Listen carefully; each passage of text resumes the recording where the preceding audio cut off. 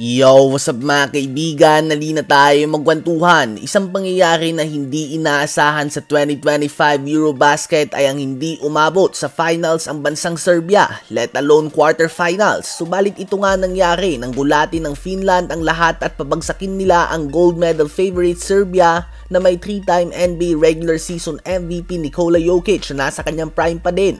Ang expectations ng mga fans ay France versus Serbia sa quarterfinals. Subalit pareho itong nasilat at Finland at Georgia ang aabante at magkikita sa quarterfinals.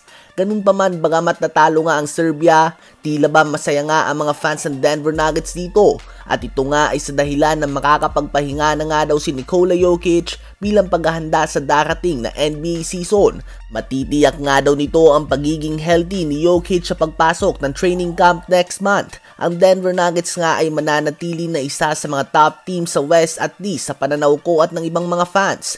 Obviously, kapag pinag-uusapan nga mga bigating team sa West ay madalas masali dyan ng mga fan favorites na Lakers, Warriors, Dallas Mavericks, Houston Rockets, Los Angeles Clippers at ang reigning champions na OKC Thunder. At madalas nga kalimutan dyan ang Denver Nuggets sa pinahirapan ng OKC Thunder kahit na injured sila Michael Porter Jr. at Aaron Gordon. At nadagdagan pa ngayon sila ng Jonas Valanciunas, Cam Johnson, Tim Hardaway Jr. at Bruce Brown.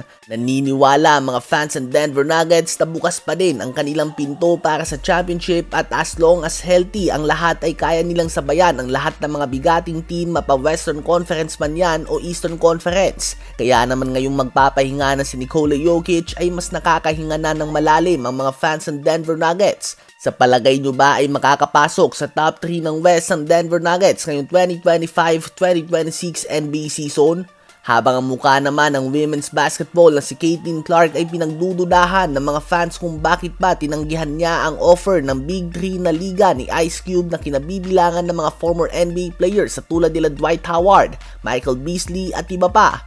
Mga players na in very solid condition pa, subalit hindi na fit para sa NBA dahil sa kanilang edad o sa mga role na nais silang laruin. It was reported na binigyan ni Ice Cube ng offer si Caitlin Clark na $15 million para sa 10 games lamang.